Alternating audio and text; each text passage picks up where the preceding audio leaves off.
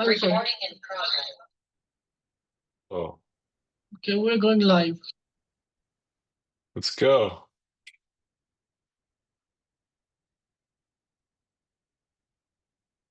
Hello, ladies and gentlemen. Welcome to our Thursday The Land pilot session, and I am excited.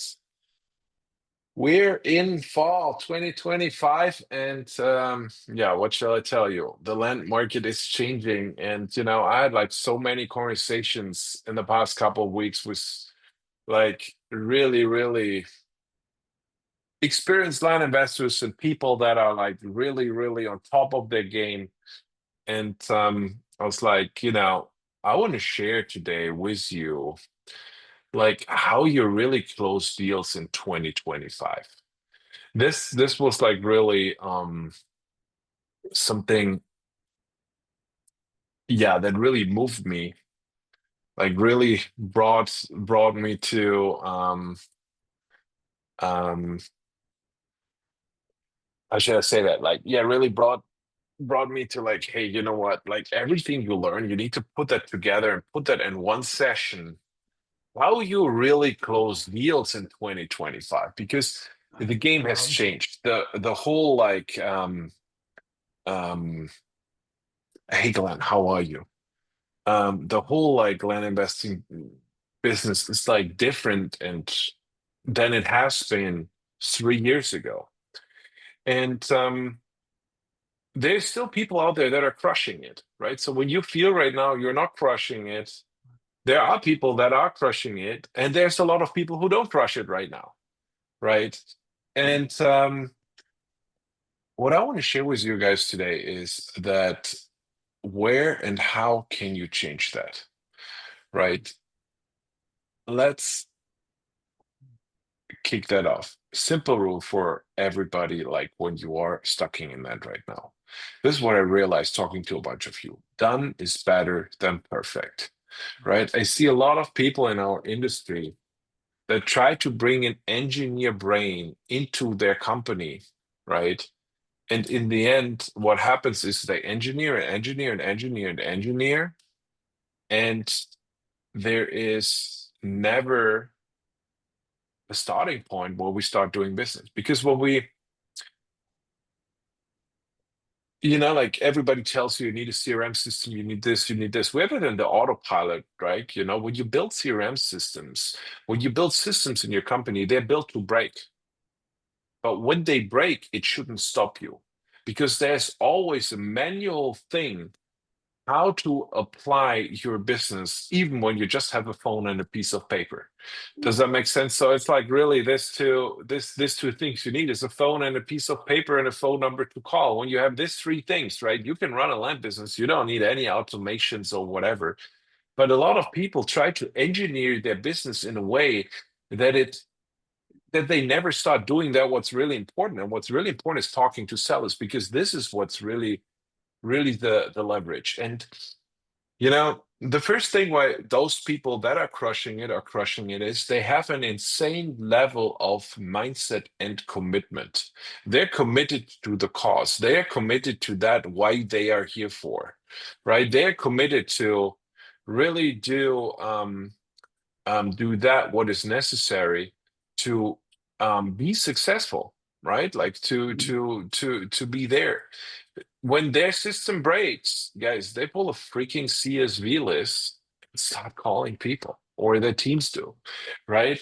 It's like really this show up mentality they have that makes the decision between a really good investor that's crushing it and an investor that's not crushing it. They are also committed to their KPIs and deadlines. And how do I mean that? I see a lot of people running pretty blind in this business, not knowing how many leads did I receive, how many leads, like how many contracts did I send, how many contracts did I close, how many contracts did I get signed, how many, that's the difference, by the way, contracts like closed buying deals and and then selling deals to having contracts. You will not sell every contract you have, right? You will have a fallout rate, but you really need to know those numbers, and they're committed to those numbers, right? Even when like the world goes south, they will still be on the they will still be on the phone doing one thing. And the one thing those investors do really different that are doing dozens and hundreds of deals or really big deals is that they are fast because speed beats everything. A lot of the education out there, like is with direct mail and all that. Today, we're dealing a lot with text messages and cold calls. And I can just tell it from our own experience. If you don't call these people in like 2 minutes, they're gone, right?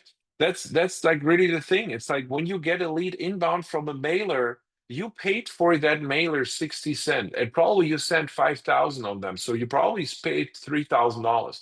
When your phone rings, it's one ring, then this one ring costed you $3,000. Be always aware of that. And what I see then happening is, oh, you know what? Let me call them tomorrow or in 2 days. Tomorrow is not good. Like tomorrow, there's this company meeting. There is this bullshit going on. Like I need to take care of that first, and then I take care of the lead. In the same time, they're complaining that their land business is not working. But what they got is the lead they paid $3,000 for, and they let it slip. And like really successful land investors are like really, really, really committed to take this call. And like when you really look, when you're in the beginning and you don't have lead managers and acquisition managers, what really brings you to success, you should spend 80% of your time on the phone and 20% on systems and admins and doing all that work. But that way you really make the money is on the phone, right? And what you really, really want to do is like when you get those leads, be on top of them. I see that like that's like the number one thing when I talk to people like right now. Hey, people come to me, ask me, hey, like, is Line still working? Yeah, it is working, but you need to follow the rules and be committed to the cause because you need to do more. It's no longer a niche, right? It's maybe still a niche when you look at the whole real estate market. A lot of more people are aware. A lot more sellers don't just get mail they throw away. They get phone calls, they get text messages. The whole industry leveled up in the past 2, 3 years, and you need to be really, really, really, really quick, right? And I really want you to commit for yourself. Like when you receive a new lead, like you want to call them within 2 minutes or let your team call them within 2 minutes, especially when it's a text or a cold call that you did. When you don't do that, you lose that lead. Like 15 minutes is the max. In 15 minutes, they will have forgotten about you. I don't know what I did 15 minutes ago. I know I talked with my CPAs, but this is like, I don't know what we talked exactly about 15 minutes ago and who was talking, right? The people forget you. We're living in a fast-pacing society. You have phones, you have social media, you have life happening. The people will forget about you. Always have in mind when you do call calling or texting, just when you bring that number together, when you produce 100 leads and you spend $3,000 on whatever outreach method that is, that means it's $30 you throw away every time you don't answer the phone. I don't know when you took the last time like $30 in bills and just like throw them, like, but that's what you do, literally, right? So this high level of commitment to be committed on simple stuff like that, answering the phone on time, being on top of that, is like really where I see a really, really big difference between land investors and that are successful and that are not. A lot of people run this business like a hobby, but we're in 2025. There's more competition. It's a harder market. And, like the people are just more aware of what's going on. So you need to do more to get there. And when you don't answer your phone, like nobody will really go in business with you, right? So really, I want to ask you to commit yourself for this like 2 minute rule, right? Like, and what I do is I have this rule 2 minute and 3 by 3 by 3, right? So call them in 2 minutes immediately. If no answer, text them and make like an audio message if you're using your phone, right? Like if you use a phone system, you can't do it, but like send them a quick audio message from when you use your cell phone. Hey, I just saw your inquiry. You talked with my lead manager, Glenn here. Um, I just wanted to reach out real quick. When can we have a quick conversation, right? Call them 10 minutes later, call them 60 minutes later, and do that for 3 days. And like when you call them once, you can call them twice or twice too, right? Then they think it's urgent. Like just be on top of them because um just be like really like committed to that number because that will lead you into conversations, and conversations are really that what are making you money. And what better land investors do, they are fast and they have more of this conversation. They take care that they have more of this calls on the calendar. The second thing I see is that people don't do a proper qualification. What a lot of people do is they go on the phone, talk to a new lead and say, yeah, Glenn, I'm doing land investing. Sorry, Glenn, you're just like here on the top left of my screen. So I use your name now all the time, right? So, hey, I'm Glenn. You say you're interested in selling your land. Tell me more about it. That's it. But what this qualification for call is really for is you want to build like a yes letter and a pain funnel. Because what you want to verify for yourself at this point, when you do the first initial call, is that a hot lead I should spend time with, or is that a cold lead that I just send an offer? Because anyway, if it's hot or not, you want to send them an offer, you spend money, $30, right? Don't throw it away, right? Um, so when you go in a qualification call, I'm a huge fan on getting a couple of yeses, right? Um, Something like, hey, this is Robin. Don't disclose your company name, especially when you do texting and calling. Just like keep that a little bit quiet. That's compliance, and probably make a whole call around that. But um, what you really want to do is when you open up that conversation, say, hey, my name is Robin. Just wanted to I just saw like you talk here with my lead manager Glenn, and he told me you were interested in selling you land. Like, do you have like 10 minutes that we can just talk real quick? Get a yes. They say yes the first time, right? Okay. And then you go ahead. And what the next thing you ask is like something like, hey, you know what? I just like want to really like use this call to ask like you a couple of questions around the property to see if it's a good fit, right? And if it is, we'll schedule an offer call like after I did my whole research, right? If not, I'll let you know quickly so we don't waste our time. Fair? Yes, of course. You don't waste my time. You want to give me money. Okay, get a next yes, right? And then I love to add something too. I give them the permission to say, hey, we want to hang up, right? It's hey, and if you feel like something like, hey, if you feel at any point like this is not a fit, you will tell me. Okay, get a next yes. And by the way, I will do the same, right? So what you have now is when you open a conversation, people said a lot of times yes to you, and subconsciously you frame them to say yes. That makes sense. So you have a conversation open, you value them and all that. So, and then you want to open this up, right? And I like to use a sentence like most of the people like, hey, why are you selling this land? Rephrase that a little bit. Say something like, hey, just so that I'm on the same page, what had you open to a call about selling this piece of land? What was the reason behind obviously selling it? And what that opens up for you is like this pain funnel, right? From past, present to future. This is what we want to go through, right? And what do I mean by that? First of all, it's like, when did this start that you were thinking about selling this? What was the reason?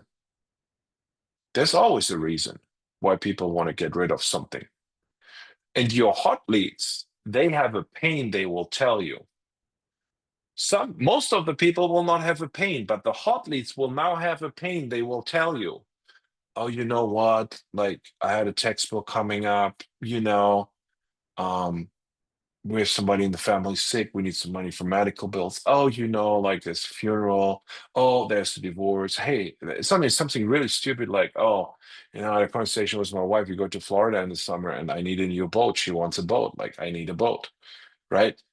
And that's a real story, by the way, that happened that I was seeing in our CRM. So it's like they tell you about like what's moving them, right? And you can then, okay, when did this start? And then you really go in the present, like what's making it worse selling now rather than holding? Like when you wouldn't sell it, like what would it make it worse right now, right? And then you ask these two questions, and they are really, really powerful, right? Like they will tell you a little bit, okay, my wife contextualize a little bit, right? Like, okay, so what you tell me is when you don't sell it, you will not have a boat for the summer. What would your wife say? Oh, she would be pissed off. Yeah, I get that. So when you don't sell that piece of land, like, does that mean you can't pay for the funeral of your loved ones? When you don't sell your land, like whatever it is, okay, and then build this future around that. Okay, but so that also means like when I give you the right money for that, um, then your life would be pretty awesome, right? You probably would have a nice vacation with your wife, right? You would have a couple of date nights, and she would even take care that there's a babysitter and the kids are not around and all that, right? So what you really do is that when they don't really open up, then there is no real pain or they don't like you, right? This could be too. Sometimes you just like don't click with people. That's okay. And a lot of people you will not click with, and a lot of people, most of them will not have a pain.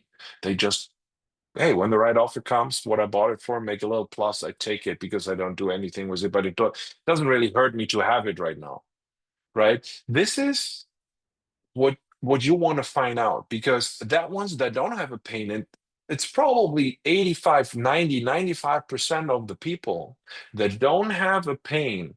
You just like say, okay, yeah, hey, give me a couple of your property information because that's the next thing. Verify, hey, what APN is this, acreage, and so on. But what you really, does it have utility service? Find a little bit out what you need to comp it and send them a ranged offer after that, right? Like what you want to do is with this unqualified people is to send them like not an email, not this. Like maybe you want to send them an email, but you don't want to send them like a complete offer letter and contract and whatever. Hey, just send them an email a day later, like maybe through the automations in your system, which says, hey, I just like looked into that and I love that. And I steal that from my friend Ajay Sharma right now, right? Hey, other investors in the areas are paying from this to this. If you're interested, give me a call. So now you have a price out. You can text that too. They know now where they're at and they can make the decision, is that so interesting that they want to reach out? But for you, when you have the hot ones right now, you want to grab as much information of the property as you can because it will help you, like in your sales call, to make stuff easier and to get a better evaluation together right here, right? And this is like where this really, really good land investors, they don't waste time on bad leads. They have like a clear sorting process about like good lead, bad lead, motivation, no motivation, right? And they also have for the no motivational leads a really good nurture sequence for a long time in place, years sometimes, where they follow up with these people and say, because every 6 months we have a life event, something happens, right? Like, I don't know, you need to repair something on your house, something breaks, you need a new dishwasher, whatever it is. Like, you have somebody like you need money for like a prom, or I don't know, whatever it is, right? Like for any kind of what it is. And then you suddenly plop up, oh, here is my solution, right? This is what they do really well. The next thing you want to do is talk with them over budget, right? They told you about the pain. And then you want to go back after you verified everything about the problem and say, like, hey, most sellers have a number in mind that would make their headache go away, right? Like everybody has that in mind. Like, what would your number be like to feel good moving forward right now? What would we need to do what it is. And then they tell you all the time, hey, you tell me. And then you say, hey, I'm super happy to do that after research. I just want to insult you or chase a number that won't work, right? Ballpark. What is it that makes sense?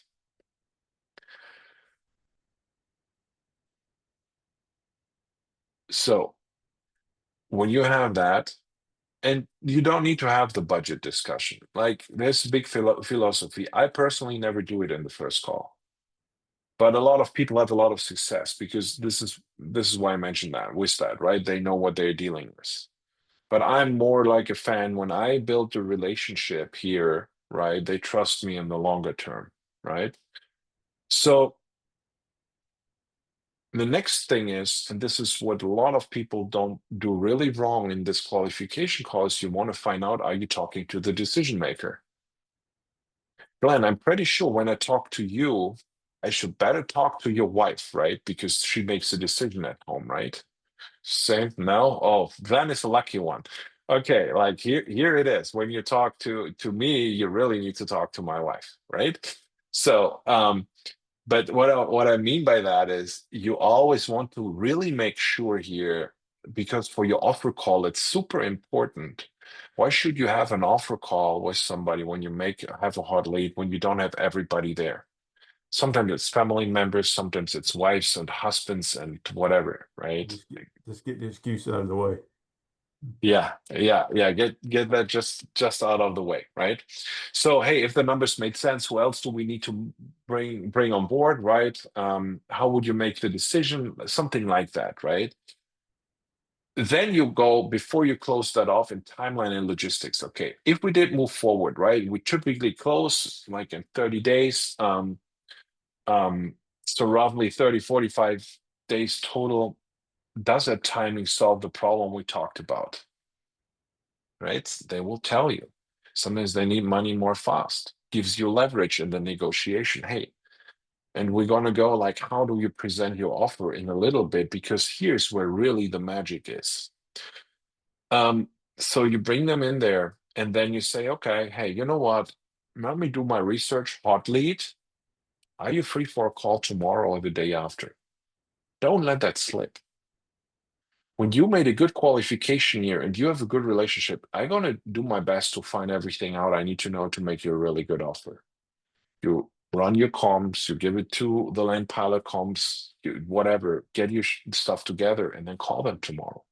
When is a good time tomorrow, Glenn, to call you? Is it like, when are you back from work? Oh, is your wife around too? Okay, we don't need to ask Glenn's wife, but when I would talk to Glenn's wife, it's like, hey, Glenn's wife, when is your husband around that we can talk, right?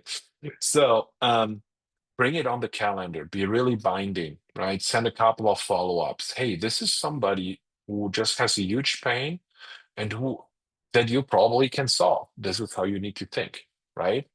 So did you see what we did here is we had a call this morning with no yesterday with some people like out of our autopilot program, and I asked like, hey, we're talking about a lead and a deal, and I asked, hey, why does he want to sell? No answer, right? And when you don't have an answer after the qualification call, you didn't do a qualification call.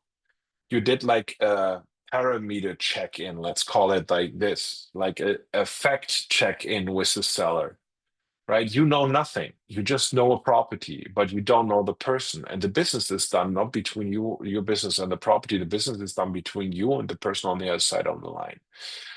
And what you really do is you need to find out, who do I want to spend time with? Because time is that what bottlenecks our business, right? And who don't I want to spend time with? But through like really good follow-up processes on them, they can still make the decision to spend time with you when you suddenly can solve their problem when something changes in your life. In their life. Does that make sense? So this is really that what really good investors do is like sorting out these two buckets, right? Like, hey, I want to talk to this person, I don't want to talk to that. This is how they can leverage, right? Because they focus now all their time on deals to talk with people that want to make probably a deal when you fit their criteria. And what I see happening then is people oftentimes don't schedule a follow-up call with hot leads, or don't get in a timely manner back to that leads that say, hey, I want to talk to you, right? Like when somebody that you qualified, that you made all the work to create an offer and research and all that, reaches out to you, that lead is like sticking in the CRM for forever. I've seen that in multiple CRMs. Like, like leads is the last thing people take care of. When somebody is contacting you, call them. Right? This is where you make money, not, oh, you know what, I need to do some research and due diligence and, do this course or whatever. No, when somebody calls you, wants to talk to you, it's the first thing you always do. Whatever else, you let it go away. So now let's go into the offer call, right? Like when you have a hot lead in front of you or somebody that came back to you. What I see is that most land investors, and this is where really good land investors are much better than the average land investor, they have one playbook. And I would say in 85%, 90% of the cases, it's I want to get a 6 months contract and do a double close on the best price I can get. And we're living in 2025, people. Like when you see what the top investors are doing, the really good ones, they're all raising capital as hell because they know double closes are not existing and they're getting harder and harder and harder to get. Because people are more informed than 5 or 10 years ago. Sellers are more informed what a wholesaler is. They don't want to stuck in a contract, right? So people get in an offer call with this one strategy, right? And when you didn't have a good qualification, you're already in a call where you get shit. Let me say it like this. Who got yelled at by a seller? Who's guilty by that? Do we have a couple of people? I did, like a couple of times. Yeah, Glenn got, Gene got. So, and the reason for that is that you talk to people that you haven't qualified right. And then the second thing is you went with the wrong playbook in there. Because what you need in 2025 is you need a couple of options how to work with the seller. Right? You can't lowball everybody. That doesn't mean you can. You can't do it, right? Like you will, right? Like this is how you stop. But you know, when I have those offer calls, and I still have them from time to time, and for me they work completely differently because I don't work the phone by myself all day, but I have like people inquiring about properties. So and they're pre-qualified because they came to me. So that's always like a good thing. And I don't mean land investors, I mean retail buyers. But they reach out because they have a pain, right? And I do the same qualification call, and I just like get back to that people and work closely with them that are committed to give me that information and have a pain to sell or have any kind of a benefit, right? That the deal makes sense to me. So when I get in this call, it's always like, hey, do you have 15, 20 minutes to talk? Because this is what you realistically will need, right? And that's like, again, a yes, right? And if you do that, hey, in the end of the call, you and me will make a decision if we move forward or not. Are you okay with that? Great. Is everybody on board right now on this call that can make a decision? Yes or no? Okay. When is Glenn's wife? When is Glenn coming home that we can talk? Right? Like to go back to there, right? Okay, at 5. I call you at 5. Oh, we have dinner then. Okay, what is with 6:30?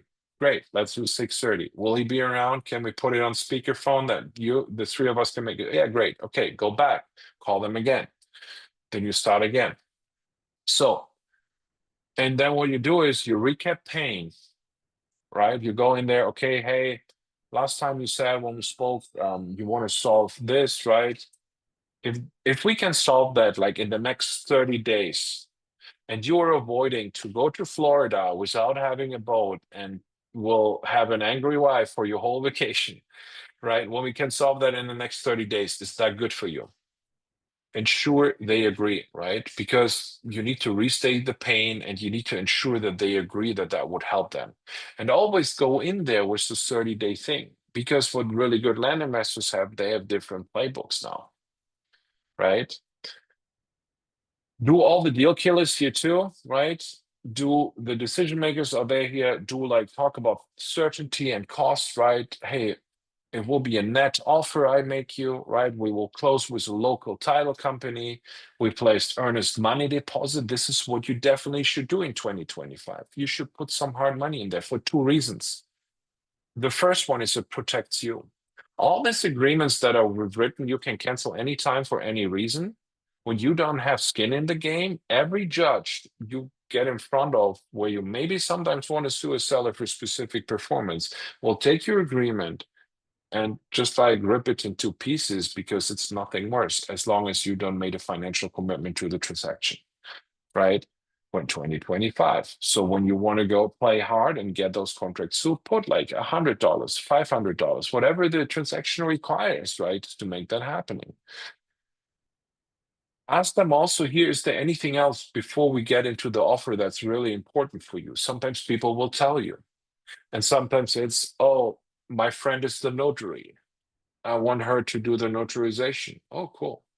Hey, I don't have time to go anywhere. Like right now, it's like, okay, hey, we can send you a mobile notary. You can sit in the parking lot at like Walmart and we can sign it there. That's not a problem. Like as long as you're in the US, if this doesn't work, we can do it online on the phone too. You're carrying a phone right now, right? So, right.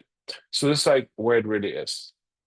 And then it comes this moment, like you hate that moment, right? Like when you present the numbers, right? Like, oh yeah.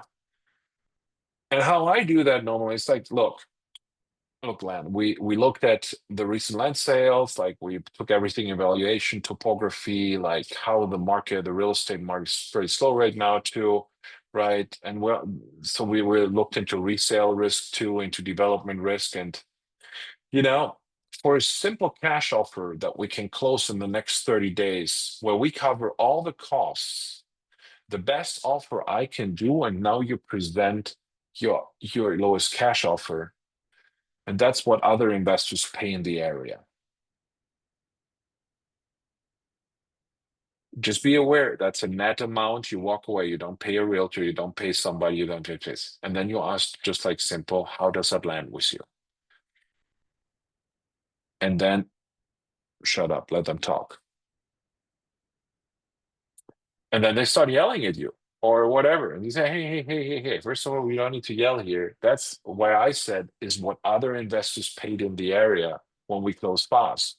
At that Because, point, huh? at that point, first one that speaks loses. Yeah, you need to be quiet. Like this is what it is. Land is in business for a long time. Like you win sales through not talking, right? So how does that number land with you? Like ask that and just like wait what comes, because everything you say now is the wrong thing, right? When they don't say anything or cry, it's like, oh, you can force it a little bit, right? Sounds like you were hoping for more, something like that. Go into that, right? But they will tell you, hey, I was hoping for this price, and sometimes it's just pretty close to that. It's maybe $1, $2, $3,000, and everybody that's working with our spreadsheet has the numbers anyway on the deal calculator, right? Um, and then say, I want like $20,000 more or whatever. Then when you have your numbers prepared, you will know what is my lowest offer, what is the highest I can go with the cash price offer, with the hard money lender where take down this property. What's the highest for that I can close fast, right? Hey, to keep my 30 days timeline, the highest I can go is that, right? And probably you want to cap that by 55, 60% LTV, depending on how that is. Okay, great. We're not right there. Bring your next bring your next joker. Hey, Mr. Seller, will you be open to give me a little bit longer of a one-way? Because here's what it is. We're in land.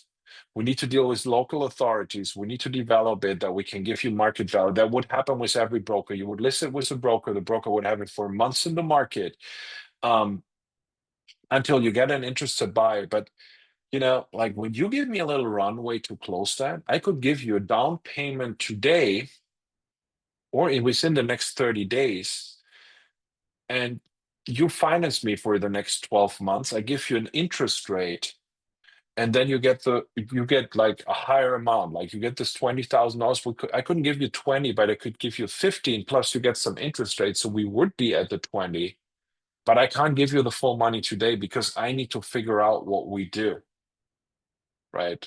This is why my cash offer is so low. Now you help me financing that and help me like going through that, and I get some more time. How does that sound to you? That means you get cash, not the full cash, but you get $20,000. Maybe he said, hey, I need $5,000. Okay, hey, I can give you $5,000 within the next 30 days. And the next full amount, we do like a balloon payment, like with your car, right? I pay you an interest for the next 12 months. You finance me while I get my stuff together to do what I want to do with the property. How does that sound?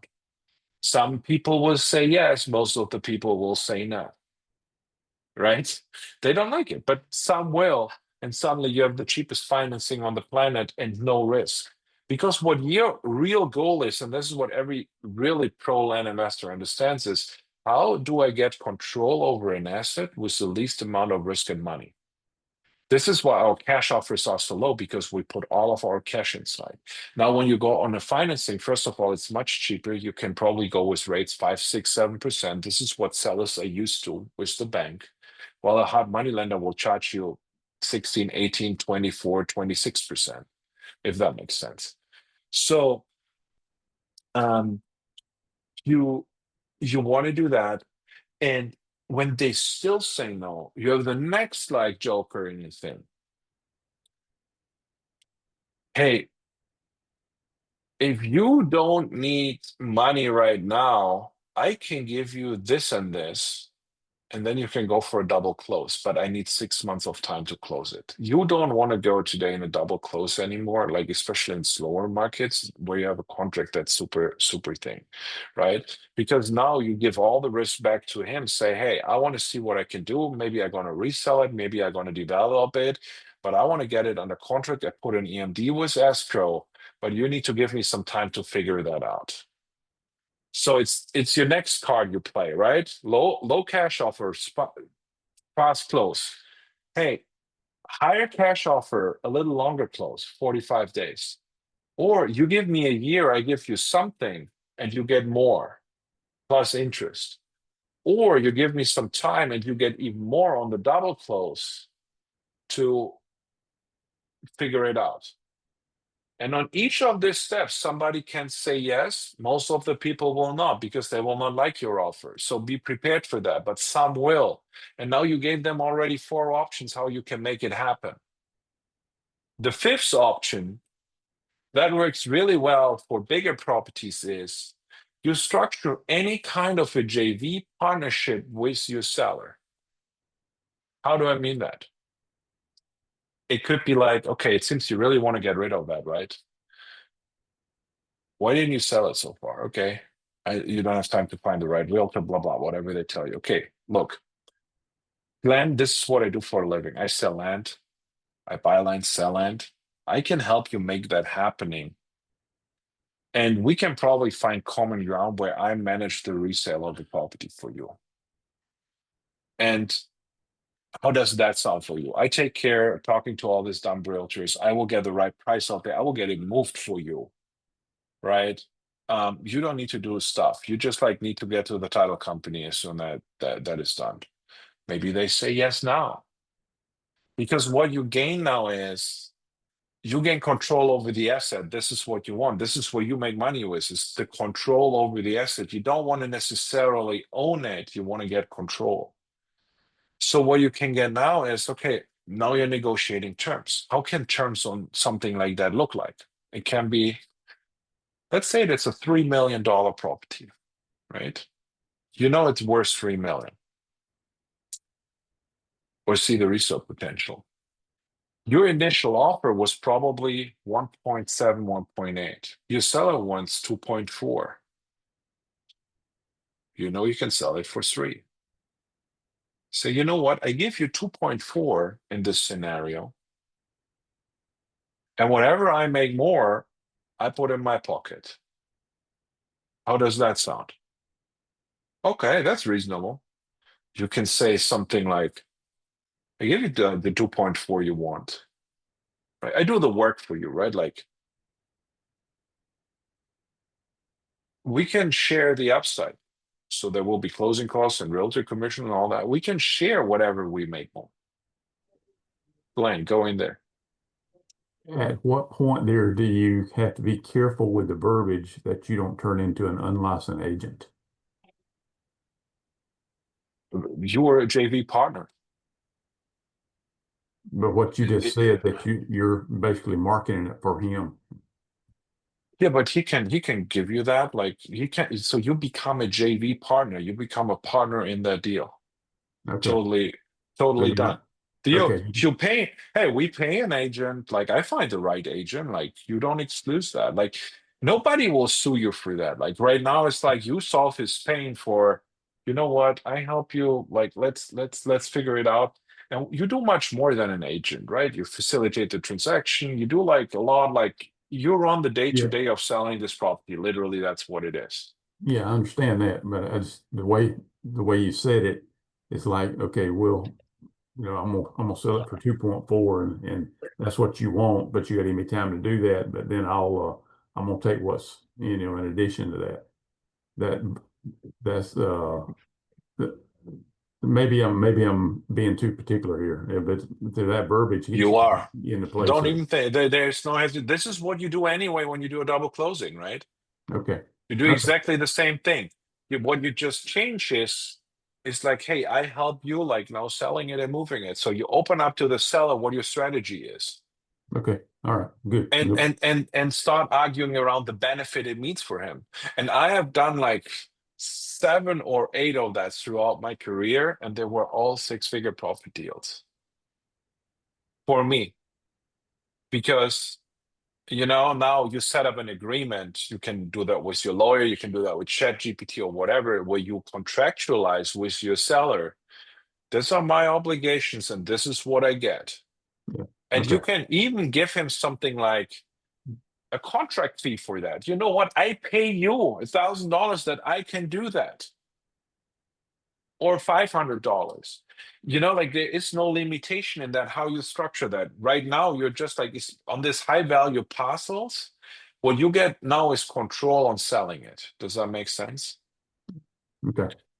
Right? And you're not the agent, you are acting on behalf of that JV partnership. You are engaging agents, you're engaging this, like you just organize. You can be a project manager, a consultant. Okay. I was going on the thing of not getting a JV signed agreement, but that's you gonna get a JV signed agreement, and that takes care of it. Yeah, like this is what it is. You go on a contractual agreement with him, and but what I want to give you here is like the playbook. You can structure that in any way you want. Like whatever you can structure any JV in the world in any way you want, as long as both parties agree on the terms of that. Does that make sense? Yeah. Yeah. Totally. Okay. Right. And like with these bigger deals, it's also like a super valid exit strategy because a lot of the people that own big assets like this are super freaking busy or And super freaking. Uh-huh. they know what the property's worth. They know what it's worth. And, like, but now you don't go just with your low ball offer. This is Right. what I wanted to give you today. It's like you have this ladder you can go through. Yeah. And the variety of options that solve your purpose of making money and solve their purpose of solving a problem. And sometimes it is the low ball cash offer that closes in 30 days. Or stay with a medium offer and offer him a percent of what you get.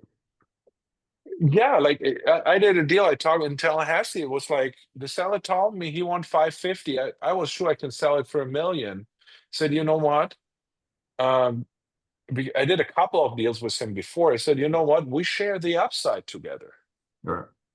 You get 550 as a base amount, and whatever we make more, we share 50-50, 80-20, 66, 34. Whatever you want to write in there, you can do that, Right. right? Like, but when you get in there with the low number, give them context. Hey, I take that property off your hand without like a long thing like through that, like what we can do. I don't pull any permits, whatever. I just take the whole risk. and I close faster than anybody else you will meet. Yep. This is why my offer is so low, and people will have an understanding. And if they have a pain that they need money right now, they will do it.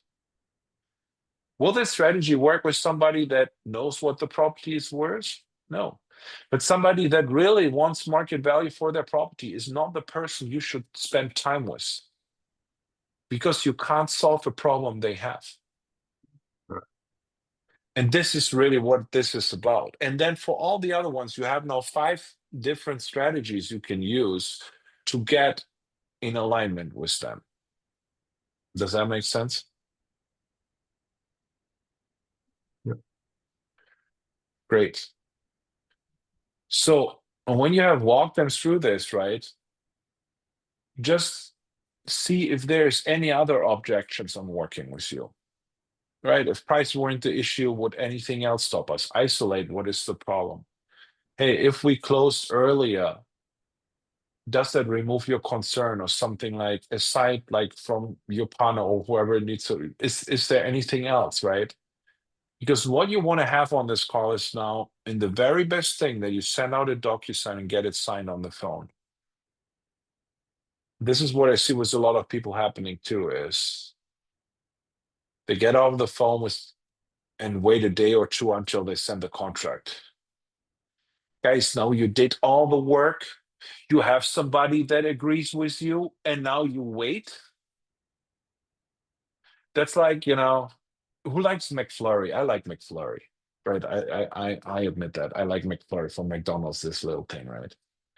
So it's like when I crave a McFlurry, like what do? I get my shoes on, I get myself in the car, fold myself in there, drive all the way to McDonald's, order at the window, and drive through the McDrive like without ever picking up my McFlurry, and say, oh, you know what? Let me go to Home Depot and like to whatever and come back later.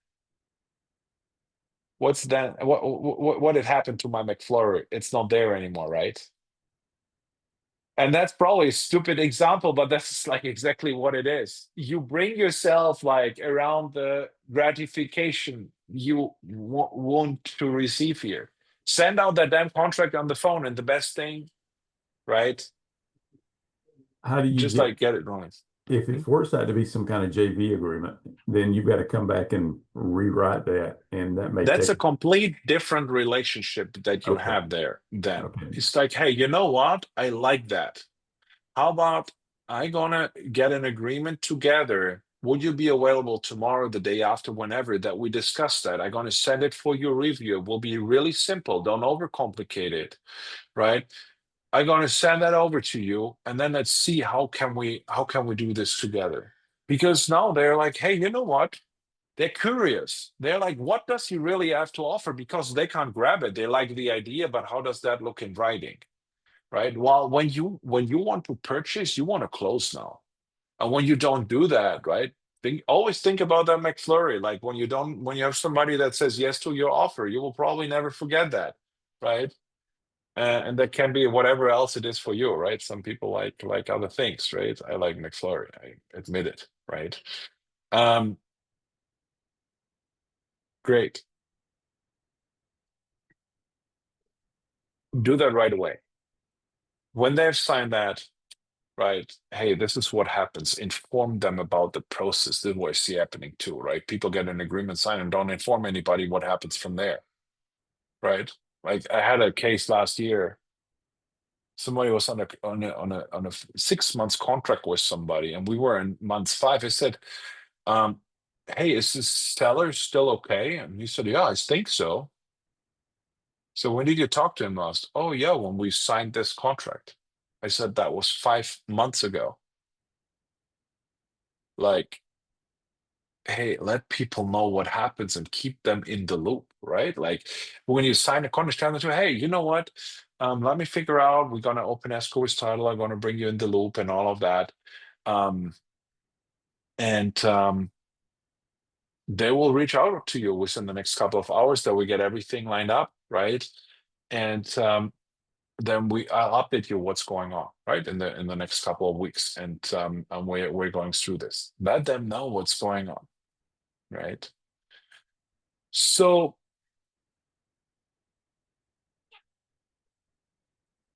What I wanted to let you know is with this call today is you need to extend your playbooks and be like really, really fast, right? Don't let opportunities slip away because you don't act fast enough, and get into conversations being prepared to get a no.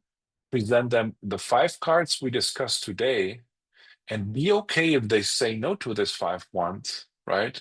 Like, it will not fit for everybody. Always have in mind, really good people in this industry have probably a 2 to 3% conversion rate on lead. That means when a lead says, I want an offer. That means when you have 100 leads, 97 to 98 people will say no to you. On hot leads, it will be probably much better, right? But always be aware you will have a bunch of conversations where nothing fruitful will come out. And for you, it's to identify who are those people I want to talk to, right? Track your numbers on that. This is what every good investor does too, right? They know, they can exactly tell you, hey, we sent so many text messages, we sent so many letters. This is how many calls we received in the past like 5-7 days. This is how many qualification calls we had. This is how many closing calls we had. This is how many offers we sent. This is how many contracts we sent. This is how many contracts we signed. This is how many contracts we closed. Track those numbers and always go back. You don't need to have the perfect system. You can do that with a sheet of paper and the phone. This is how you can run your business. And I know people doing that make a bunch of money. I know a guy from Arizona. He does entitlement deals only throughout the US. He makes $5 to $10 million a year, every year for like 20 years, just with his phone and a piece of paper. Because he looks up the opportunity, he knows his areas, he calls the realtor, says, I want this property.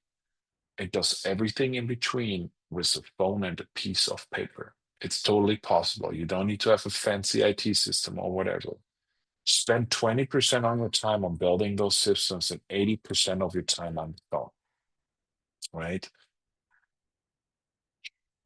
And I guess this is what I want to share with you today, because I was like, you need to give something out that people actually can use in 2025 to close deals. And I think with these 2 things, speed to leads and commitment to that, and this like multiple offer game plan, different ways how you can do that, you are pretty well prepared to get more contracts signed, because it's not like this, shotgun approach and see what do we hit, right? It's like, hey, okay, let's make something happening here. And with that said, I'm gonna open it up for a little Q&A. And if not, we're gonna close it out.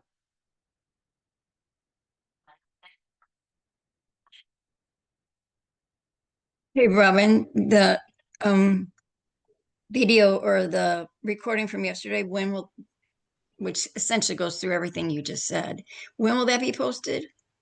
Tomorrow, today, later? It should be in your email. I've not looked yet, so because I've been Okay, out for a while. it's in your email. It's in my email? Yeah. All right, Wait, I'll look. wait, let me see. I hope that did I put you on there? Where I is the write link? too many emails every day. Because I got Yeah, it you're like, in that email. You got it at 1:18 p.m. today. There's the comprehensive email with everything in there. okay, thank you. Where's the link to this recording? There's none for you. That's for Land Autopilot members only. You mean for today's calls recording? Yeah. Today's call. Oh yeah, that you will find that on YouTube, and you will find it in the portal, in the Land Pilot portal. Within Musab, when will you upload this recording? Today. Today. It will be Today. somewhere today. Like it takes a couple of hours just so that we get that together. Oh, okay. I'm in there looking now. So okay, I see where it is. Okay.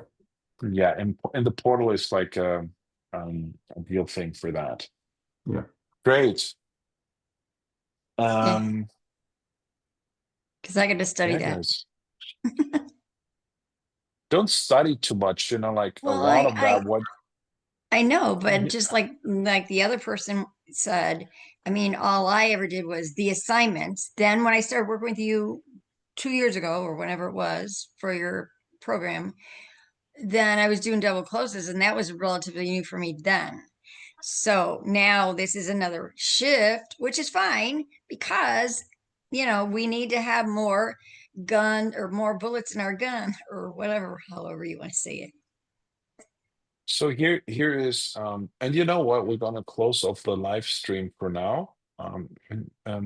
You know, let me share that. Let me give you an idea how to apply that. You see, I see a lot of people studying, right? Now you want to train it, right? It's like when Train you it. Yeah. Talk it. when how do you do that? So what you want to do is when you do calls, and I go back to my really old days, how this is how I learned sales, because I thought I'm a brilliant salesperson, learned pretty quickly. I'm not. I'm just a good communicator. And what you really want to do is just like, I mean, you have the scripts and the line autopilot anyway, but you want to get an outline on a piece of paper. What is my agenda? Okay. Yeah. And what you want to do is there's like two calls. There's a qualification call and there is um the um the closing call that both have an agenda that has 5 points, 7 points, however you want to see that, right? Okay. So I think I would study for myself an opening that, and this is what I do. I have an opening on every call that I do over and over and over again. It gives you like a solid base to feel good in the call. It's just for me. Because you go in there and do something you've done over and over and over again. I was like last week on the Family Must, man, I need to smile when you said that. Like there was Tim Tebow, right? And like one question in the Q&A session was, they asked him, how do you deal with pressure? And what he said was, when you get out of the tunnel, I did always the same thing I did before. I did my little, I don't know, my little run to here and 3 times tapping the grass and went through my first 50 plays, whatever his routine was. But what he meant is he did something he has trained 1,000 times, right? To stay like in the lane. And I do the same thing too, right? Like when I was playing sports, it was the same for me. Like it's just like get in a routine that you have. And when you have the first strong opening that you can do over and over again, right? This yes opening, yes, yes, yes, yes. Really important. While you are talking, smile, no matter if you're happy or not. Because Yeah. because people hear that. You have a different tonality when you're just like, like have like your mouth a little bit like moving. And I'm like, people hear that. I'm not like, don't get up if you don't want to. I like to run around when I'm on the phone all the time. But I smile and then have this strong opening and then work yourself through, because the wordings I give you, they are my wordings. It needs to come naturally from you. And then start with the first thing. When you have trained the qualification call 10 times, you will have your standard wording. And then what you do is in the next 10, 20 calls, where did I do a good job? Where didn't I do a good job? Right? Because you have these 5 things. You want to have a good opening. You want to go through pain, right? So you want to see what's in pain. You want to get the property details, right? Then you want to see like if they maybe have a number in mind, right?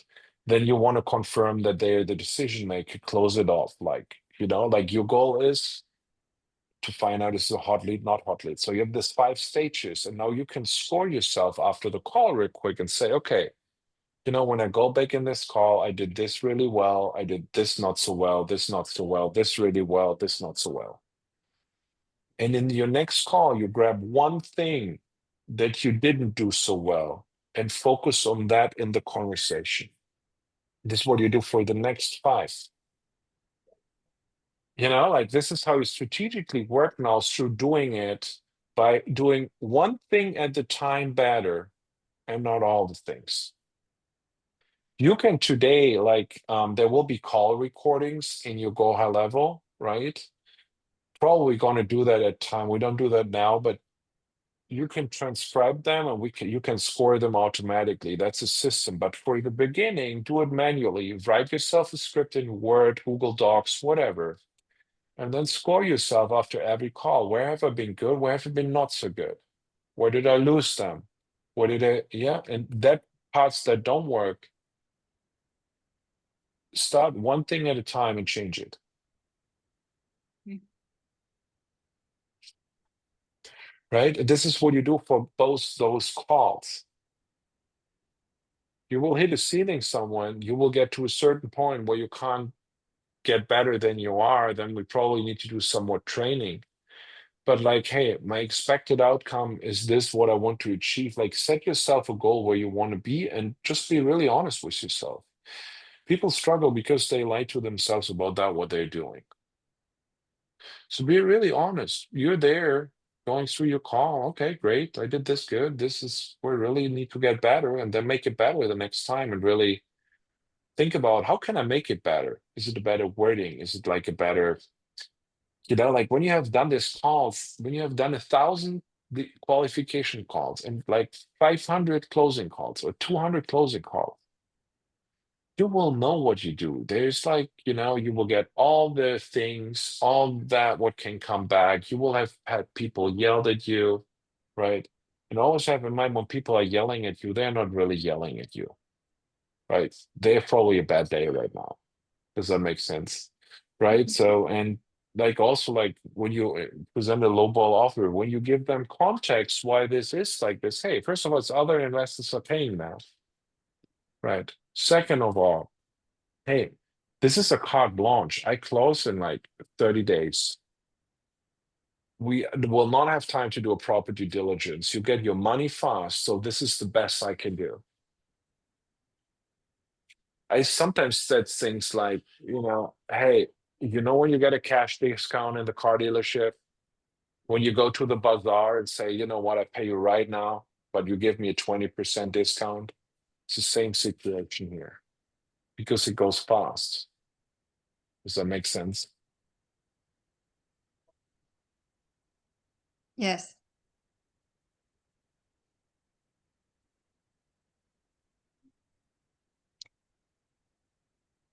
An elderly, the senior discount is that's what it is. Huh? The senior discount. The senior discount. Yeah, I'm not there yet, so I can't talk about that. But it's also, I think like don't be stiff in those calls. Oh, no. Expect a no because this is what you will get the majority of the time, right? And just play it out. Like it's you and that person talking a deal, and that can go out like pretty well or not. Does that make sense? Oh yeah. It's like going into Walmart, you don't buy every item at Walmart that they have there. Thank So goodness. you don't need to stop at every item and expect to buy it. They expect you to go in there and take a couple of those things, right? Same principle. You don't know who you're talking to. Thrift store. Oh yeah. I'm like, oh my gosh. Fill Oh your my bag for God. $7. Oh great. Yeah, I'm a victim of that too. If you ask my wife, she would laugh now. Like, Like I can't come here I anymore. can't go into Costco. Like I need to make it like through the first section to the meat. Like then I need to go buy the meat too. I always buy too much meat, but like as soon as we're there where the toilet paper is, I'm good, right? Like so from there Yes. nothing can happen anymore. But getting to that point is pretty tough, right? We all have So our little whatevers. I'm like, oh my gosh. Oh, yeah, jeez.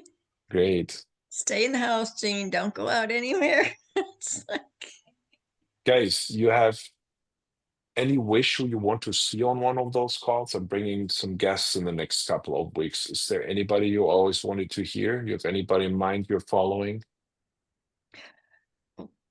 Logan, but whatever. Who is Logan? Logan Fulmer. Curative Logan title. Fulmer. Yeah. Okay, you can do But that. I don't know if that's Gene, I can appropriate. tell you, creative title is not a business model that you want to do. No, it's tough. I know. I'm not doing it now, okay? I'm doing this. It's a crazy model. It's like you need a lot of, it's so much loose ends. It's so unpredictable. It's like pretty tough. When I'm done. And you need to sue people all the time, right? It's like this is what it is too. Yeah. Yeah. Logan Fulmer, anybody else? Musa, Jay let's make Mora. a Jay huh? Mora. Mora. Who's Jay Mora? I don't know. Let me see. He's got his own podcast, his Facebook. I'm trying to remember. I think he trained under Claude Diamond, which Alicia introduced us to Claude, and he uses a lot of his techniques. I've not listened to him really. I just, it just keeps showing up. But I thought, he's fairly good to listen to. I think that's all I know. Jay Mora. Okay. Jay Mora, yeah. He's on Okay. Facebook, and you can, get his, like everybody else, all the mess that comes onto your phone, especially from you. It's like, what does Robin want again? I'm like, stop. Yeah, that's what But it I is, try to help right? you. I try to help you out, and I go in there, like it, so it helps you out. So Absolutely. Good. We have the 21st. We'll make a special call this is 21st. What day is this? with Ross Hamilton. He founded he founded Connected Investors. He started in land like many years ago. They were his Oh, I first remember deals. him from 2019. So No. That was that's much when I earlier. got into the 2000. business. Ross Hamilton was 2005, 2006 is when he did land, and then he founded But Connected Investors, and he exited that company for 9 figures. And he will bring that learning how to get from here to there. And yeah, he does today. We will get in a partnership with them. He has a beautiful charity that he's doing. It's called savinghomes.org. And what they do is they save children from losing their homes by, helping with mortgage payments for the parents. And it's like, you donate once and they roll it over and over again. So, the that's family has pretty cool. struggled with some mortgage. They catch that up, and then they have a property loan, right? That's recorded and all that. And when the family sells the house, the money goes back into the charity and helps the next family. It's like the most wonderful thing I've ever Oh, heard. that's nice. Yeah, that's cool. They operate like with 95% of the funds getting back to the families. And I said, you know what, this is something the world really needs, especially right now, right? And but he's gonna bring a lot of value what he learned in his life as an entrepreneur. And when you really want to talk to somebody who had made by selling his company cash out 9 figures, then that's a call you want to be there. Great, guys. Let's rock and roll. Wish you a great evening and talk to you soon. Yeah, too. God bless everybody. Bye-bye. Have a great Bye-bye. night. Bye. Yeah.